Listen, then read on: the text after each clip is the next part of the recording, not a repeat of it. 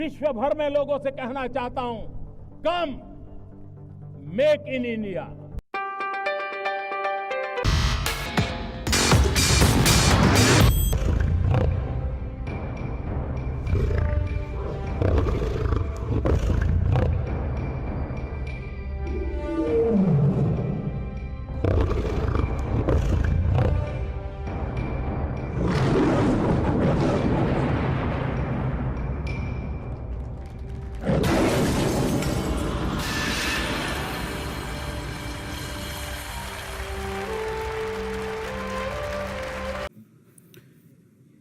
आप सभी का अभिनंदन, नमस्कार।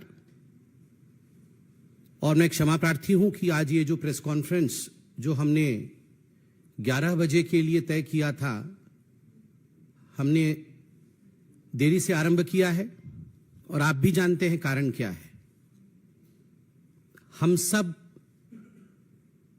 श्रद्धा के साथ टीवी पर हमारे जो जवान, जो अफसर हिंदुस्तान के आर्मी के, जिन्होंने शहादत प्राप्त किया है, जिन्होंने मां भारती के लिए बलिदान दिया है जम्मू कश्मीर में लड़ते हुए, उनके अंतिम यात्रा को देख रहे थे। और सभी के मन में दुख भरा हुआ था। सभी किस प्रकार से हम सब अपने देश, अपने भारत के लिए कुछ कर सके, इस प्रकार की भावना के साथ जुड़े हुए थे। मगर मुझे आश्चर्य होता है कि जब ऐसी परिस्थिति देश में होती है, आप लोगों में से कई चैनल ये भी दिखा रहे हैं कि अभी अटैक्स चल रहे हैं, आतंकवादी हमले हो रहे हैं, उस बीच भी कुछ नेता ऐसे हैं जो बयान देते हैं जो देश के विरोध होता है, जिसमें देश का विरोध होता है। कांग्रेस के जाने माने नेता, कांग्रेस के दिग्गज नेता सैफुद्दीन सोज, उन्होंने कश्मीर में इस हमले को लेकर जिस प्रकार का बयान दिया है और कहा है कि हिंदुस्तान को चाहिए कि वो पाकिस्तान के साथ न केवल बात करे, अपितु आतंकवादियों के दिमाग के अंदर, आतंकवादियों के मन के अंदर क्या चल रहा है, उन्हें क्या चाहिए, उसे भी समझने की कोशिश प्रधानमंत्री नरेंद्र मोदी जी को करना चाहिए। आप सोच के देखिए, ये कांग्रेस की सोच है। ये कांग्रेस की सोच है। सैफुद्दीन सोज जो कांग्रेस के दिग्गज नेता है, जिन्होंने जम्मू कश्मीर को लेकर पहले अपने किताब में कश्मीर को लेकर प्लेबिसाइट होना चाहिए, कश्मीर अलग होना चाहिए, इस प्रकार के बयान भी दिए। उन्होंने आज कहा है कि आतंकवादी के मन के अंदर, आतंकवादी के दिमाग में क्या चल रहा है, हिंदुस्तान का यह फर्ज है कि हिंदुस्तान ये जाने। आर्मी के चीफ को सड़क का गुंडा कहती है कांग्रेस, और आतंकवादी के मन को पढ़ने के लिए प्रयास करना चाहिए, इस बयान की हम निंदा करते हैं। जहां तक फारूक अब्दुल्ला और बाकी नेताओं का सवाल है, उन्होंने भी पाकिस्तान से बातचीत की पेशकश की। मुझे दुख केवल इस बात का है कि हजारों बार हिंदुस्तान ने कहा है talks and terror can never move together. उसके बावजूद जब शहादत चल रही, जब वीर जवानों की अंतिम यात्रा चल रही हो, उस समय इस प्रकार की, मैं कहूंगा, इस प्रकार के स्टेटमेंट कहे जाएं, ये न केवल अनुचित है, अपितु ये दुखद है। हिंदुस्तान इसका जवाब देगा। मुझे तो ये कहते हुए भी दुविधा होती है, कहते हुए भी दुख होता है कि सैफुद्दीन सोज, फारूक अब्दुल्ला जैसे लोगों को एक मुख्य स्थान इन राजनीतिक पार्टियों ने दिया हुआ है, अपने अलायंस में, अपने पार्टी में, अपने ग्रुप में। उनको बॉयकॉट नहीं करते, मगर बॉयकॉट करने की बात आती है तो लोकतंत्र में पत्रकारिता को किस प्रकार बॉयकॉट करना है, उसको लेकर ये लोग आगे बढ़ रहे हैं। ये जो इंडी अलायंस है, आप सभी जानते हैं आज 15 सितंबर है। 15 सितंबर यानी अंतर्राष्ट्रीय लोकतंत्र दिवस, इंटरनेशनल डेमोक्रेसी डे। आज के दिन जिस प्रकार का एक सर्कुलर ये इंडिया अलायंस या घमंडिया अलायंस कह लीजिए, उन्होंने जारी किया है और कुछ पत्रकारों का नाम, बकायदा नाम लिखकर जारी किया है। यह हिंदुस्तान के लोकतांत्रिक इतिहास में पहले कभी नहीं हुआ था कि इस प्रकार पत्रकारों के नाम के साथ कि हम उन्हें बॉयकॉट कर रहे हैं, एक सर्कुलर जारी किया जाए। यह पत्रकारिता का विरोध है और इंटरनेशनल डेमोक्रेसी डे में कहीं न कहीं यह दिखाता है कि कुछ ऐसे दल आज भी हिंदुस्तान में हैं जो पहले भी लोकतंत्र पर विश्वास नहीं करते थे और आज भी लोकतंत्र और लोकतांत्रिक प्रक्रियाओं पर विश्वास नहीं रखते हैं। एक इतिहास है, there is a chronology in history. आप याद कीजिए, पंडित नेहरू हिंदुस्तान के पहले प्रधानमंत्री 10 मई 1951 10 मई 1951 हिंदुस्तान का पहला अमेंडमेंट, हिंदुस्तान के संविधान का जो पहला संशोधन होता है, वो संशोधन क्या था? The first amendment of the Indian constitution was to curb the freedom of expression. किस प्रकार से रेस्ट्रिक्ट किया जाए फ्रीडम ऑफ स्पीच को, यह पहला संशोधन, प्रथम संशोधन था पंडित जवाहरलाल नेहरू का, भारतवर्ष का। आप सोच के देखिए, भारतवर्ष की उस समय एक इंटरिम सरकार चल रही थी, इलेक्शंस भी नहीं हुए थे, मगर एक इंटरिम गवर्नमेंट द्वारा पहला संशोधन, यह किस प्रकार फ्रीडम ऑफ स्पीच को रोका जाए उसको लेकर था। इंदिरा गांधी 25 जून 1975, 25 जून 1975 declaration of emergency, the black day in the history of India's democracy. इतिहास में हिंदुस्तान के लिए एक काला धब्बा बना था जब इमरजेंसी लागू इंदिरा गांधी ने किया था और लाखों पत्रकारों को जिस प्रकार से प्रताड़ित किया गया था, संपादकीय तक पत्रकार लिख नहीं पाते थे। पुलिस बैठकर देखती थी वहां पर कि संपादकीय में कहीं इंदिरा गांधी के विरोध में कुछ लिखा जा रहा है या नहीं लिखा जा रहा है। मीसा कानून के अंतर्गत न जाने आप में से कई लोग यंग पत्रकार यहां बैठे हैं, आप में से कितने के पिताओं के ऊपर, कितनों के दादाओं के ऊपर, कितनों के जानकारों के ऊपर, कितने ही पत्रकारों के ऊपर जुल्म ढाया गया मीसा कानून के अंतर्गत। इस विषय से भी हिंदुस्तान वाकिफ है। राजीव गांधी 29 अगस्त 1988, डिफेमेशन बिल 1988, आप याद करिए, उस समय बोफोर्स चरम पर था। कुछ ऐसे पत्रकार थे, जाबाज पत्रकार मैं कहूंगा उनको, और कुछ ऐसी पत्रकारिता थी जिन्होंने बोफोर्स को बड़े स्पष्ट रूप से उजागर किया था। The story of Bofors and bride, किस प्रकार से भ्रष्ट और भ्रष्ट नेता बोफोर्स में लिप्त थे। राजीव गांधी जी के इस चरित्र को उजागर करने का काम कुछ बहुत बड़े अखबारों ने किया था। उनको लेकर जिस प्रकार एक डिफेमेशन कानून लाने का प्रयास 1988 में राजीव गांधी की सरकार ने किया था, कानून ले भी आए थे, मगर हिंदुस्तान के इतिहास का वो पहला कानून बना जिसको वापस लेना पड़ा, क्योंकि पत्रकार जगत एक होकर खड़ा हो गया। There was unity amongst the media people, सारे मीडिया के लोग एक होकर खड़े हो गए, जाग उठे, हिंदुस्तान जाग उठा और अंततोगत्वा प्रेस कॉन्फ्रेंस करके राजीव गांधी को डिफेमेशन बिल 1988 वापस लेना पड़ा, जिसमें उन्होंने सोचा था कि जो गांधी परिवार के खिलाफ या उनके खिलाफ लिखेगा उसे सजा दी जाएगी। राहुल गांधी जी से मैं सवाल पूछना चाहता हूं, लिस्ट तो आपने जारी की है, क्या यह लिस्ट मोहब्बत की दुकान की लिस्ट है? सामान नफरत का और दुकान मोहब्बत का, ऐसा तो कभी नहीं हो सकता। You have shown your contempt against media. Hindustan के लोकतंत्र में जो चौथा स्तंभ है, the fourth pillar of Indian democracy, that is media. Media के प्रति जिस प्रकार का नफरत आपने प्रदर्शित किया है, मैं आपसे पूछना चाहता हूं, क्या यह मोहब्बत की दुकान? कदाचित नहीं। मित्रों, जब ये नेता सवाल पूछते हैं, कांग्रेस पार्टी के नेता जब सवाल पूछते हैं कि सर्जिकल स्ट्राइक में हमें सबूत चाहिए, जब कांग्रेस पार्टी के नेता और आम आदमी पार्टी के नेता ये सवाल पूछते हैं कि सर्जिकल स्ट्राइक और एयर स्ट्राइक फर्जी था, आप हमें सबूत ला के दिखाइए, गिव अस द एविडेंस। जब कांग्रेस पार्टी के दिग्गज नेता पूछते हैं कि भगवान राम किस कमरे में पैदा हुए, बताओ इस कमरे में पैदा हुए या उस कमरे में पैदा हुए। जब किसी दूसरे पॉलिटिकल पार्टी जो आज घमंडिया अलायंस में है, उसके नेता पूछते हैं भगवान राम ने किस इंजीनियरिंग कॉलेज से इंजीनियरिंग की, बताइए। जब ये सवाल पूछते हैं तो ठीक है, जायज है, इनको बॉयकॉट नहीं किया जाएगा।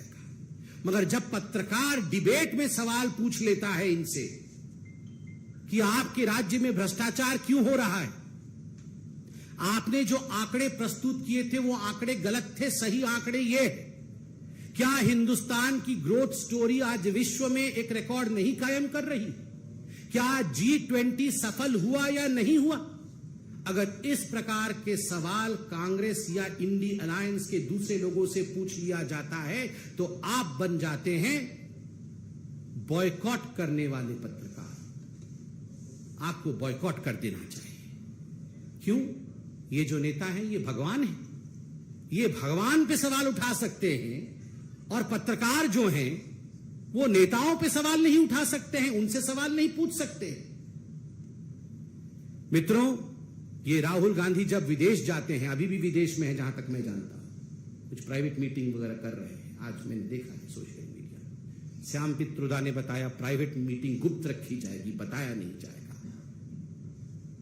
जब ये जाते हैं फॉरेन कंट्री में और विदेश की भूमि में जाके देश के विरोध में बोलते हैं, राहुल गांधी अमेरिका में लंदन में जाके कहते हैं कि हिंदुस्तान में लोकतंत्र समाप्त हो गया, पत्रकारों के साथ दुर्व्यवहार किया जाता है, we don't have right to express ourselves in India, there is no freedom of speech in India. This is freedom of speech Rahul ji. ये जो आपने लिस्ट जारी की है ये फ्रीडम ऑफ स्पीच है, ये पत्रकारिता का सम्मान है, ये पत्रकारों का सम्मान है।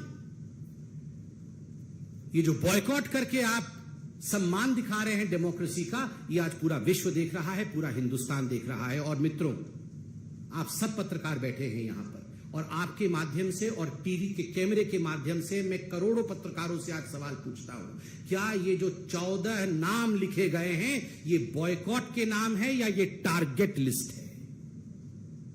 क्या इनको केवल बॉयकॉट किया गया है या इनको टारगेट करने के लिए इनके नाम जारी किए गए हैं? मैं ये सवाल पूछता हूं। ये हिट लिस्ट है।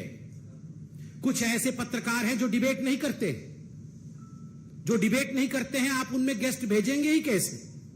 तो उनके नाम क्यों रखे गए हैं? टारगेट करने के। FIR डालेंगे, आपको छोड़ेंगे नहीं, आपको मसल के रख देंगे। और आप बताइए, एक पॉलिटिकल पार्टी के कार्यकर्ता होते हैं, अब मैं कांग्रेस के लिए या उनके पार्टी के लिए कहूंगा नहीं कि लाखों कार्यकर्ता है, हजारों तो हैं, कुछ सौ तो हैं ही।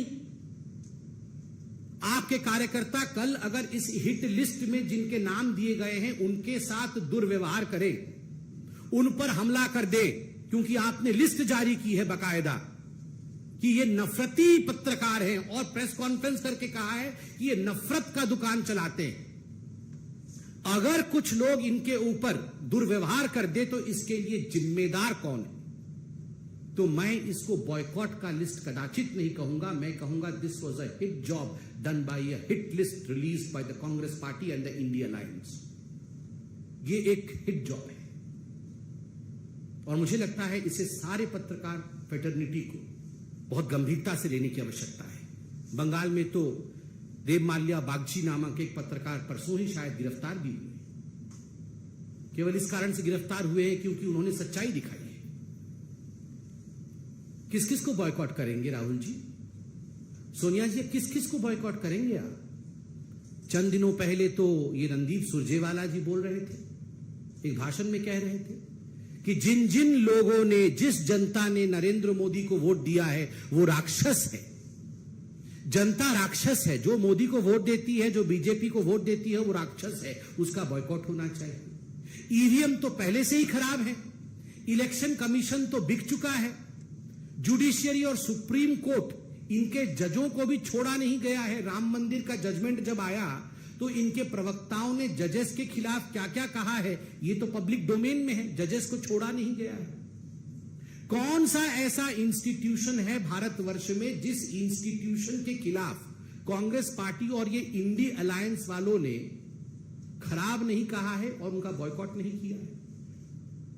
मैं आज आपको खुल के बताता हूं, जनता भी जिंदाबाद है, ईवीएम भी जिंदाबाद है, हाईकोर्ट भी जिंदाबाद है, इलेक्शन कमीशन भी जिंदाबाद है, सुप्रीम कोर्ट भी जिंदाबाद है। केवल अगर किसी से नहीं हो पा रहा है, जिसको बॉयकॉट वाकई करना चाहिए कांग्रेस पार्टी को, तभी उसका कुछ कल्याण होगा, उसका नाम राहुल गांधी है। पूरे दुनिया को बॉयकॉट करने चले हैं, पत्रकार भी जिंदाबाद है, वो भी अपना काम कर रहे हैं। अरे नेता में दम नहीं है भैया। बॉयकॉट किस किस को करोगे? जनता को बॉयकॉट करोगे, सुप्रीम कोर्ट को करोगे, पत्रकारों को बॉयकॉट करोगे, टीवी को बॉयकॉट करोगे, किसको बॉयकॉट करोगे? बॉयकॉट करना है, अगर कुछ आगे बढ़ना है तो अपने नेता को बॉयकॉट करो, उसी को छोड़ने से कुछ कल्याण हो सकता है, 1% है। और मुझे एक प्रश्न वो अवार्ड वापसी गैंग और जो मोमबत्ती वाले हैं उनसे भी पूछना है कि आज शाम को कहीं मोमबत्ती ये सुलगाएंगे या नहीं? ये अगर हमारे तरफ से कोई लिस्ट जारी हो गई होती तो मार्केट में मोमबत्ती कम पड़ जाती है, ब्लैक में मोमबत्ती बिक्री हो रही होती, सारे मोमबत्ती कल से खरीद के घूम रहे होते। मगर एक भी मोमबत्ती खरीदी गई है या नहीं, सच में ये हंसने का विषय नहीं। मतलब इस प्रकार की अभद्रता मैंने आज तक नहीं देखी। आप सोच के देखिए, ये सब जो सिलेक्टिव आउटरीच, एक भी मोमबत्ती इन्होंने खरीदा है या नहीं खरीदा है, मैं जानना चाहता हूं। ये अवार्ड वापसी गैंग एक अवार्ड वापस करेगी, सारे अवार्ड वापस करने वाले घूमते थे सर्टिफिकेट लेके, अवार्ड वापस लो, हमारी अवार्ड, एक अवार्ड वापस करेंगे? ये इतने पत्रकारों के खिलाफ हिट लिस्ट आपने जारी की। वो चंद्रशेखर जी है शिक्षा मंत्री बिहार के, उन्होंने आज श्री रामचरितमानस को पोटेशियम साइनाइड बता दिया कि ये पोटेशियम साइनाइड है। एक शब्द नहीं निकल रहा है इनके मुंह से किसी की, ये लिस्ट जारी करने वालों की। ये आप इस मंत्री को आप बॉयकॉट करेंगे या नहीं करेंगे?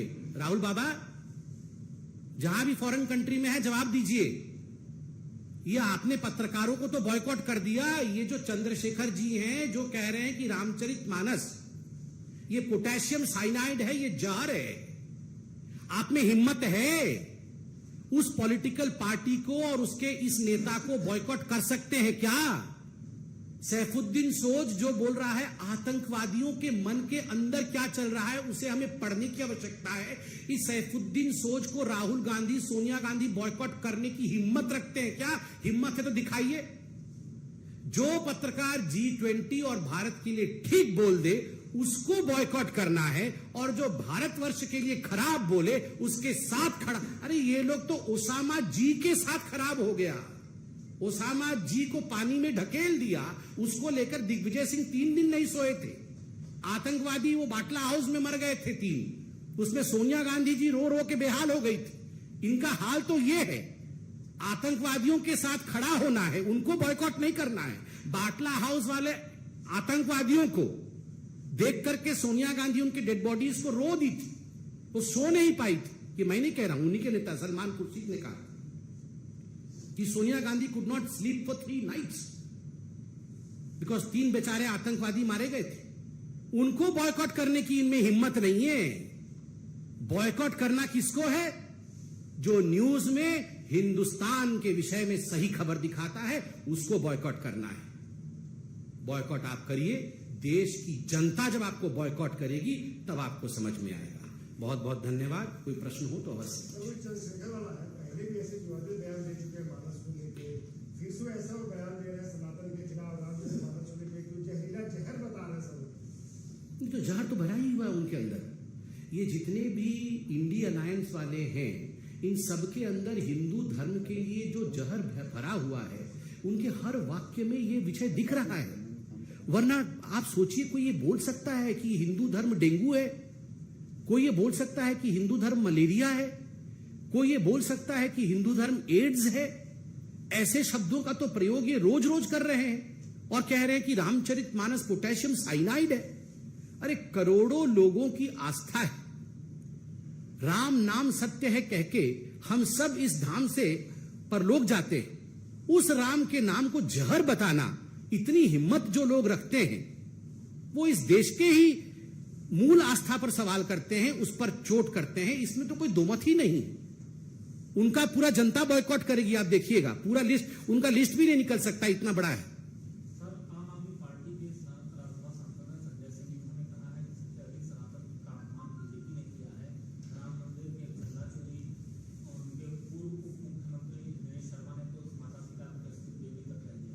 देखिए, ये आम आदमी पार्टी के बारे में तो सवाल पूछिए ही मत। ये आम आदमी पार्टी वो पार्टी है, ये तो अभी 14 की लिस्ट निकली है, उन्होंने तो 24 की लिस्ट निकाली थी बॉयकॉट करने की। लालू प्रसाद यादव उसमें नंबर 1 थे कि सबसे बड़ा भ्रष्ट ये लालू प्रसाद यादव। नंबर 2 पे फिर वो जिसके साथ अभी सब गलबैयां कर रहे हैं ये अरविंद केजरीवाल जी, वो सबसे नंबर 1 भ्रष्ट पे थे। और अब सबके साथ बैठकर बोल रहे हैं कि बीजेपी खराब है। आप सोचिए उस आम आदमी पार्टी पे, ये सारे पार्टी को देखिए, मतलब ये मुझे तो कुछ समझ ही नहीं आ रहा है ये इंडिया अलायंस क्या कर रहे हैं। ये पहले आम आदमी पार्टी कांग्रेस को बॉयकॉट कर रही थी, कांग्रेस आम आदमी पार्टी को बॉयकॉट कर रही थी, ममता बनर्जी अधीर रंजन चौधरी को बॉयकॉट कर रही थी, अधीर रंजन चौधरी ममता बनर्जी को बॉयकॉट कर रहे थे। वहां पर पंजाब में आम आदमी पार्टी बोल रही थी हम कांग्रेस को घुसने नहीं देंगे। यहाँ पर नीतीश कुमार और आरजेडी में 36 का आंकड़ा चल रहा था, ये एक दूसरे को बॉयकॉट कर रहे थे। आज ये सब एक होकर बोल रहे हैं पत्रकार को बॉयकॉट कर रहे हैं। कोई जमीर ही नहीं है इनका, ये क्या करते रहते हैं। ये सबको बॉयकॉट करके अपने लिए सत्ता का शॉर्टकट ढूंढ रहे हैं। धन्यवाद मित्रों।